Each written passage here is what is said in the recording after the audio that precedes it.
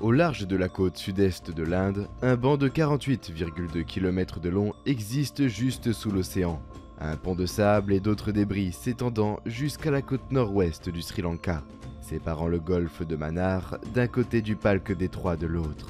Situé à moins de 1,2 m sous l'eau dans la plupart des endroits, ce haut fond a sérieusement entravé le commerce régional pendant des siècles, ne permettant qu'aux petits bateaux et dériveurs de naviguer dans la région, tout en forçant les grands navires océaniques à voyager tout autour du Sri Lanka, ajoutant 400 km supplémentaires à n'importe quel voyage. En 2005, le gouvernement indien a annoncé l'approbation du projet monumental du canal de Setu-Samudram, qui draguerait le fond de l'océan afin de créer un canal à travers la zone pour les grands navires, augmentant considérablement l'efficacité du commerce régional. Il n'y avait qu'un seul problème. Les débris sous l'eau n'étaient pas n'importe quel au fond, mais un lieu d'une importance spirituelle prééminente pour des millions, voire des milliards de personnes. Pour les hindous, il s'agit d'une ancienne chaussée construite par la figure légendaire Rama, pour faciliter la traversée de son armée de l'Inde au Sri Lanka, pour sauver sa femme enlevée, Sita, du méchant roi Ravana. Les hindous ne le considèrent pas comme une formation de haut fond naturel, mais comme un ancien pont artificiel, connu sous le nom de Rama Setu, ce qui signifie le pont de Rama. Fait intéressant, les archives historiques montrent que ce qui est aujourd'hui un haut fond était en fait au-dessus de l'eau. Un pont transférable qui pouvait être traversé à pied jusqu'en 1480, date à laquelle il a été percé par une tempête et lentement surmonté. De plus, la tradition islamique parle d'Adam. Le premier homme, qui était aussi un géant de 30,5 mètres de haut, est tombé sur la terre au Sri Lanka après son expulsion du ciel, afin de s'échapper de l'île et de retrouver Ève. Il a construit un pont massif pour traverser l'Asie continentale. Comme les hindous, les musulmans croient également qu'il ne s'agit pas simplement d'une autre formation océanique, mais d'une ancienne structure qu'ils appellent le pont d'Adam. En fait, l'un des plus hauts sommets du Sri Lanka porte également le nom d'Adam, le pic d'Adam, qui, selon l'histoire, est l'endroit où Adam a atterri pour la première fois sur Terre. Sur un autel au sommet du pic, nous pouvons trouver une empreinte géante qui serait l'empreinte d'Adam, attirant des pèlerins du monde entier pour visiter le lieu saint. En raison de cette signification religieuse profonde, le projet du canal Setu-Samudram a immédiatement fait l'objet d'une grande controverse lorsqu'il a été annoncé, provoquant un tollé parmi de nombreux politiciens, groupes religieux et gens ordinaires. Et pourtant, si vous vous aventurez à regarder de plus près le pont et sa création mystérieuse, il devient clair que la controverse va plus loin que la religion, qu'elle peut en fait remettre en question l'histoire établie de l'humanité et commencer à révéler des secrets mythiques qui ont longtemps été perdus. Le Ramayana est l'une des deux épopées les plus importantes avec le Mahabharata dans tout l'hindouisme. Composé au cours de près d'un millénaire, il est composé d'environ 24 000 vers, ce qui en fait l'une des plus grandes épopées antiques de la littérature mondiale. Dans ces versets se trouve la narration de la vie de Rama, le prince légendaire de l'ancien royaume de Kosala, qui aurait existé il y a des millions d'années dans le Treta Yuga, une période mythologique qui a commencé il y a 2 165 000 ans. La partie de cette histoire qui est la plus importante ici peut être reprise lorsque Rama entre en exil dans la forêt avec sa femme Sita. Pendant ce temps, Sita est enlevée par Ravana, un roi démon de Lanka, un royaume rival. Cherchant à récupérer sa femme, Rama lève une puissante armée de créatures appelées Vanara, des singes ressemblant à des humains qui vivent dans la forêt, et se lance à sa poursuite. Après un certain temps, Rama et son armée atteignent la côte de l'Inde, d'où ils peuvent voir à travers l'océan jusqu'aux côtes lointaines du Sri Lanka, où Sita a été emmenée. Pourtant, avec l'océan turbulent bloquant le chemin de l'armée de Rama et aucun moyen de traverser, il semble que leur poursuite se soldera par un échec. Cependant, Rama commence la construction d'un pont massif avec l'aide de son armée de singes et d'un architecte Vanara nommé Nala. Grâce à l'ingéniosité de Nala, le pont est construit de l'Inde au Sri Lanka en seulement 5 jours, permettant à la puissante armée de Rama de traverser l'océan. Comme le décrit le Ramayana, ce pont colossal, qui était large, bien construit, glorieux, bien positionné et solidement maintenu, avait l'air magnifique, comme une ligne droite de séparation dans l'océan. Le son extrêmement formidable de l'océan était couvert par les grands bruits des singes formidables qui traversaient la mer. Une fois au Sri Lanka, Rama bat Ravana au combat, le tuant et sauvant sa femme, avant de rentrer chez lui à la fin de l'incroyable histoire. Ce qui est le plus important dans cette histoire, c'est que pour de nombreux hindous, ce n'est pas simplement un mythe, mais un récit de l'histoire. Pas une allégorie ou un enseignement religieux, mais un fait. Cela forme le cœur du débat sur Rama Setu. Est-ce une construction construite par les patriarches de l'hindouisme, des millions d'années dans le passé et enregistrée dans le Ramayana? Ou est-ce simplement une formation naturelle, expliquée par ceux qui ne savaient pas à travers un mythe pris pour vérité?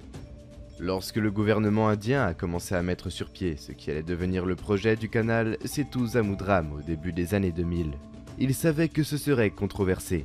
Pour cette raison, un an avant l'annonce du projet, ils ont fait appel au service du docteur Badrinath Rayanan, directeur de la Commission géologique de l'Inde, pour mener une étude sur Rama Setu, vraisemblablement dans le but de recueillir des preuves que le haut fond était une formation naturelle, qui pourrait ensuite être utilisée contre les opposants et les critiques.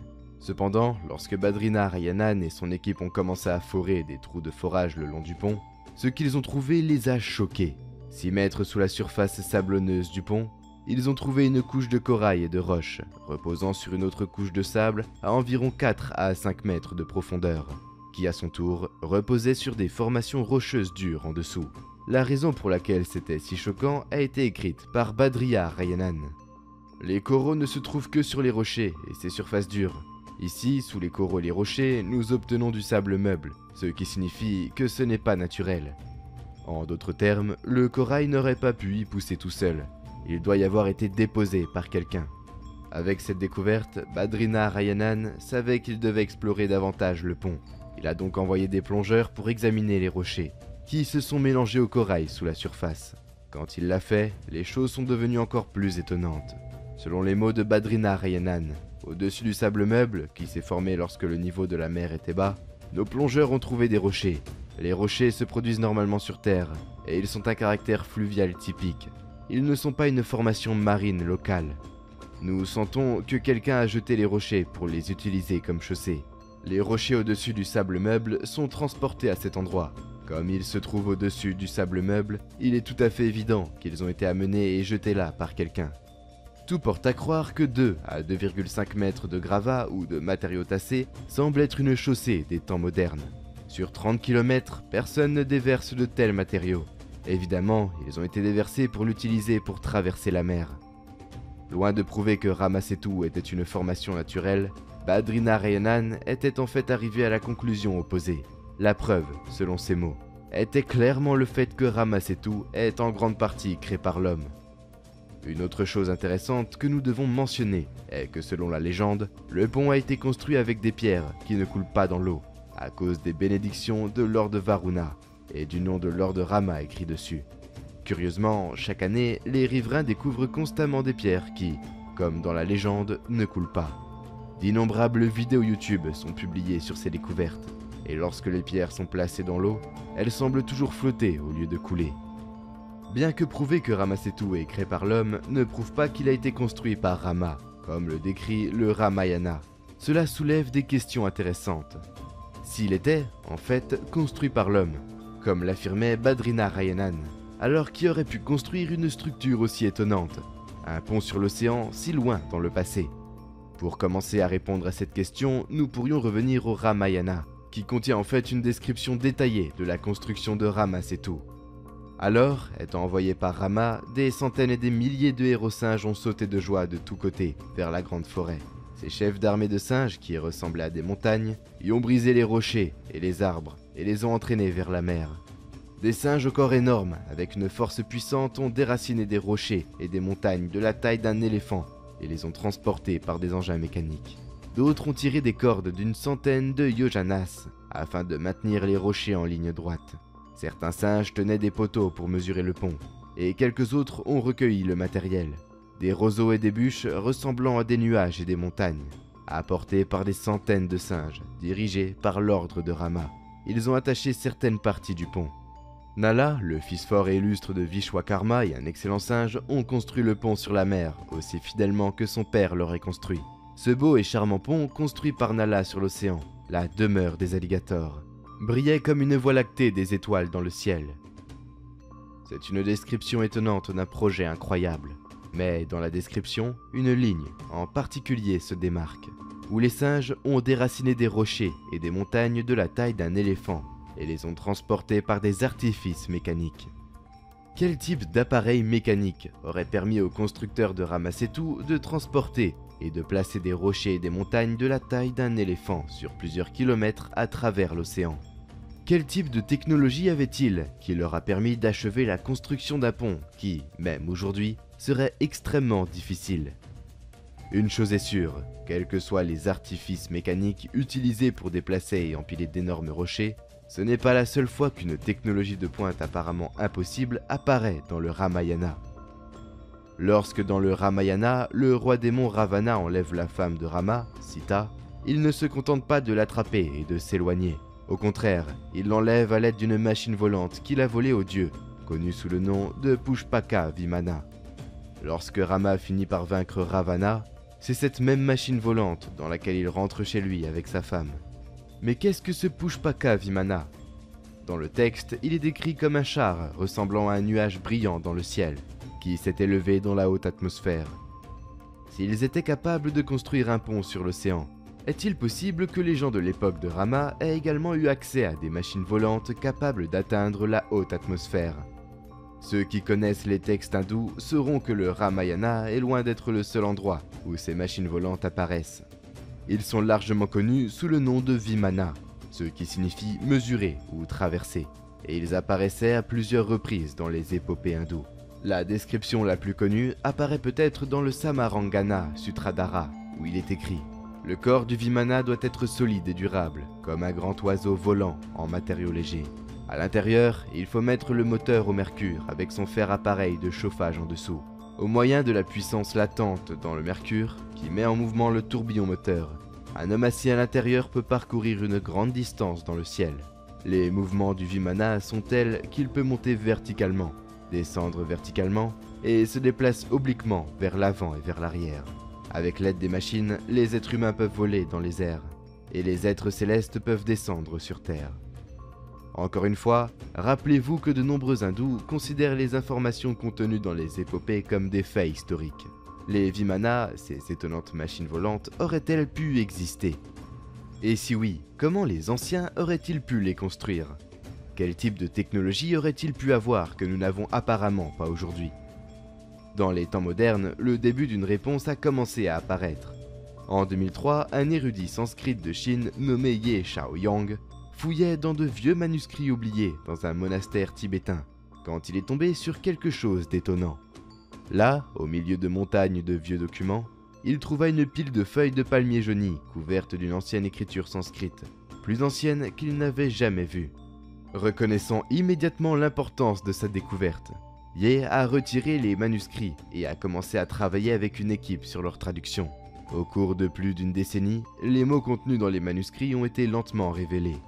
Étonnamment, non seulement ils ont divulgué de nouvelles idées sur la philosophie et l'histoire de l'Inde, mais, selon l'un des traducteurs, ils ont même donné des instructions pour la construction d'un Vimana opérationnel. Le secret des incroyables capacités du Vimana décrites dans les épopées hindoues était, selon ce traducteur, une technologie antigravitationnelle, utilisant une force centrifuge suffisamment puissante pour contrecarrer toute attraction gravitationnelle. Serait-il vraiment possible que les anciens aient découvert les secrets de l'antigravité? Ceux qui ont déjà regardé notre chaîne sauront que ce n'est pas aussi impossible que cela puisse paraître. En fait, vous pouvez regarder notre vidéo complète sur Viktor Grebennikov et les secrets de l'antigravité cachés dans la nature, pour découvrir ce que les anciens pouvaient savoir. Dans les deux cas, cette révélation sur la façon dont les Vimana ont été construits et leur fonctionnement était si révolutionnaire que de nombreux érudits ont commencé à affirmer que les Vimana contenus dans les épopées hindoues devaient être réels. Comme l'un de ces érudits l'a dit après avoir mené une étude approfondie des machines volantes hindoues, les descriptions de Vimana contenues dans les textes étaient de nature trop détaillée et technique pour être qualifiées de mythes. Si cela est vrai, alors il est possible que les secrets de cette technologie ancienne avancée restent cachés sous notre nez. Après la découverte de Ye en 2003, les érudits ont rapidement réalisé que plusieurs milliers de manuscrits sanskrits jusque-là inconnus étaient oubliés dans les temples tibétains.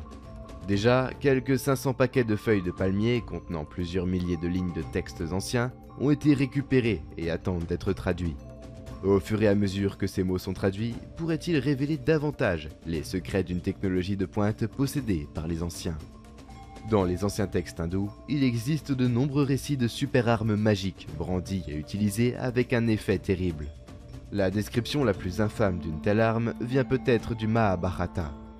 Gurkha, volant dans son Vimana rapide et puissant, lança contre les 3 villes de Vrishnis et Andakas un seul projectile chargé de toute la puissance de l'univers. Une colonne incandescente de fumée et de feu, aussi brillante que 10 000 soleils, s'éleva dans toute sa splendeur. C'était l'arme inconnue, la foudre de fer. Un gigantesque messager de mort qui réduisit en cendres toute la race des Vrishnis et des Andakas. Il n'y eut ni contre-attaque ni défense qui pût l'arrêter. C'était comme si les éléments avaient été déchaînés. Le soleil tournoyait, brûlé par la chaleur incandescente de l'arme. Le monde chancelait de fièvre. Les éléphants étaient incendiés par la chaleur et couraient frénétiquement pour se protéger de la terrible violence. L'eau a bouilli, les animaux sont morts, l'ennemi a été fauché, et la violence du brasier a fait s'effondrer les arbres en rangées comme dans un incendie de forêt. Les éléphants ont fait un barrissement effrayant et sont tombés morts au sol sur une vaste zone. Les chevaux et les chars de guerre ont été brûlés, et la scène ressemblait à la suite d'un incendie. Des milliers de chars furent détruits, puis un profond silence s'abattit sur la mer. Les vents commençaient à souffler, et la terre est devenue brillante. C'était un spectacle terrible à voir. Les cadavres des morts ont été mutilés par la terrible chaleur, de sorte qu'ils ne ressemblaient plus à des êtres humains. Rappelez-vous, de nombreux hindous croient que des histoires comme celle-ci représentent des documents historiques. Si les anciens avaient pu posséder les secrets de l'antigravité, qui leur ont permis de créer des machines volantes, auraient-ils pu également posséder des super armes chargées de toute la puissance de l'univers? Fait intéressant, des preuves à l'appui de cette possibilité sont apparues à l'époque moderne. Mais si une civilisation ancienne possédait ce type de technologie, la question devient de savoir qui était cette civilisation ancienne avancée, et où sont-ils passés? Certains ont une réponse. À la fin du 19e siècle, un géologue anglais du nom de Philip Sclater a publié un article qui a secoué le monde scientifique, intitulé « Les mammifères de Madagascar ». Cela a fourni une réponse à une question qui a longtemps intrigué les scientifiques. Pourquoi les os de lémuriens étaient-ils abondants en Inde et à Madagascar, mais absents au Moyen-Orient et en Afrique, territoire à travers lequel ils auraient dû probablement voyager pour atteindre l'un de l'autre? La raison, a proposé Sclater, était qu'à un moment donné dans le passé, l'Inde et Madagascar avaient chacun fait partie d'un grand supercontinent, avant que ce continent ne coule sous l'océan, lorsque le niveau de la mer a augmenté à la fin de la dernière période glaciaire. Sclater a nommé ce continent perdu Lémuria, d'après les Lémuriens qui avaient commencé son travail. Fait intéressant, les textes hindous, y compris le Ramayana, parlent d'un ancien continent submergé dans l'océan Indien, connu sous le nom de Kumarikandam, le foyer d'une ancienne civilisation avancée engloutie par la mer il y a plusieurs milliers d'années. Lorsque Sclater a commencé à parler d'un continent perdu appelé Lémuria, beaucoup pensaient qu'il faisait en fait référence à Kumarukandam. Si un tel continent existait dans le passé antique, aurait-il pu abriter la civilisation dont parle le Ramayana et d'autres épopées hindoues? Rama et Ravana auraient-ils pu réellement être les dirigeants de civilisations avancées qui ont sombré dans la mer? Regardez la carte proposée de la Lémurie ou Lémuria. Ramasetu n'était-il pas seulement un pont entre l'Inde et le Sri Lanka, mais un pont entre les continents? En suivant cette ligne de pensée, nous pouvons tourner notre attention vers un personnage différent dans le Ramayana. Pas Rama, mais son armée qui a construit Ramasetu, le Vanara. Alors qu'aujourd'hui Vanara est traduit pour signifier simplement singe, certains érudits affirment que pour comprendre le vrai sens du mot, il doit être décomposé. Vana, qui signifie forêt, et Nara, qui signifie homme. En d'autres termes, pas singe, mais homme de la forêt. Peut-être que les Vanara n'étaient pas en fait des créatures singes mythiques, mais un premier type d'humain. Considéré à peu près au même moment où l'idée du continent perdu de la Lémurie gagnait en popularité, un scientifique allemand nommé Ernst Haeckel a proposé la théorie selon laquelle les premiers humains pourraient être descendus de primates asiatiques, et a même indiqué la Lémurie comme l'endroit d'où ces primates pouvaient provenir. Est-il possible que les Vanara enregistrés dans le Ramayana ne soient pas des singes, mais un ancêtre précoce des êtres humains, vivant aux côtés des races avancées de Rama et Ravana? avant de se répandre à travers le monde après le naufrage de la Lémurie, et de devenir la race humaine telle que nous la connaissons aujourd'hui. Ce serait une histoire d'origine entièrement différente pour les êtres humains que celle présentée dans nos livres d'histoire aujourd'hui. Si Rama-Setu a vraiment été construit il y a 1,7 million d'années, alors ce serait l'époque où l'Homo erectus parcourait la Terre. L'Homo erectus a été la première espèce à former des groupes, à travailler avec des outils, et même à porter des vêtements, principalement des peaux d'animaux. L'armée de singes de Rama pourrait-elle en fait être l'espèce Homo erectus? De plus, si ce n'est pas des humains, alors à quelle race d'êtres Rama et Ravana appartenaient-ils? Qui étaient ces personnages, plus avancés que les humains au premier stade de développement?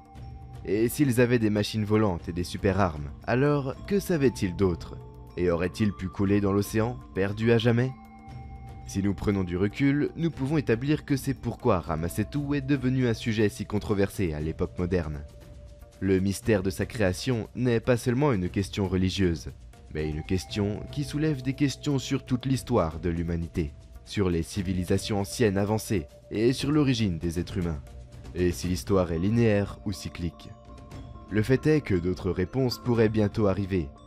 Lorsque le gouvernement indien a annoncé son intention de draguer Rama-Setu, ils savaient que ce serait controversé, mais ils n'ont peut-être pas tout à fait compris à quel point le projet deviendrait controversé. Immédiatement après son annonce, des politiciens et des groupes religieux ont organisé des manifestations contre le projet, lançant dans la foulée une campagne internationale intitulée Save Rama-Setu.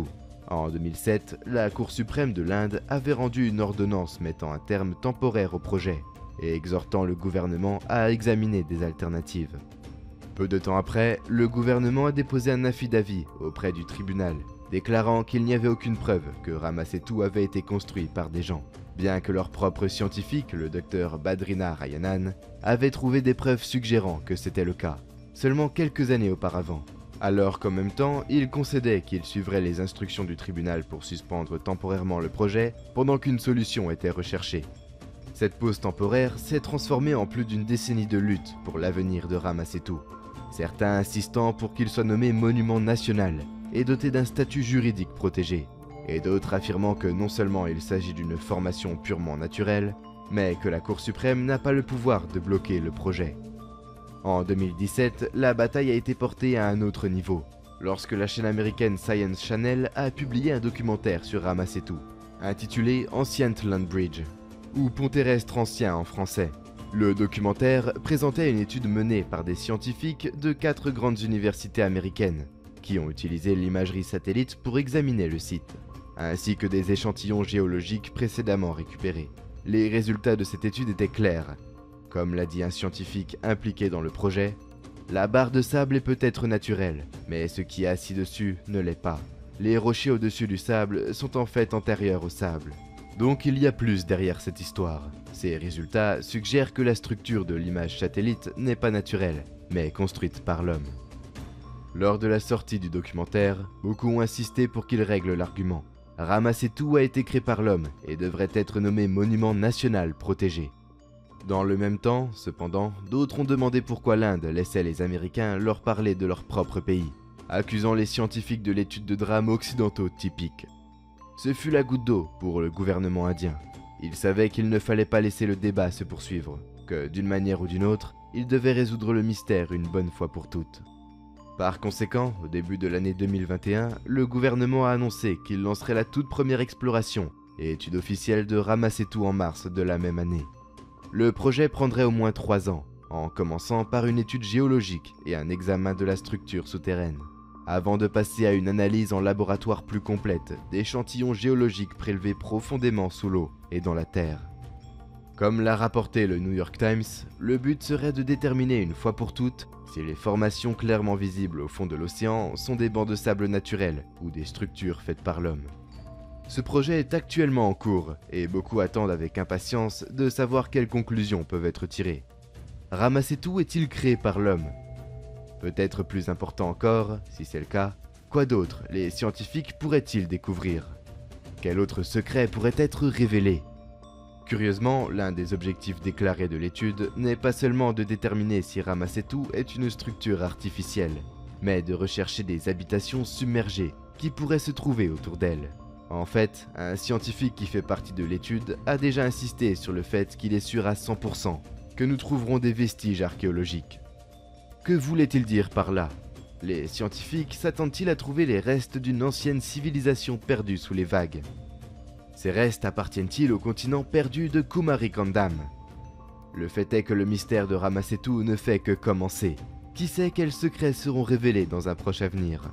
Et comment ils auront un impact sur notre compréhension de l'histoire humaine et de l'histoire de la Terre? Assurez-vous simplement de vous abonner à notre chaîne si vous voulez le savoir. Nous vous serions également reconnaissants d'aimer cette vidéo et de la partager sur les réseaux sociaux.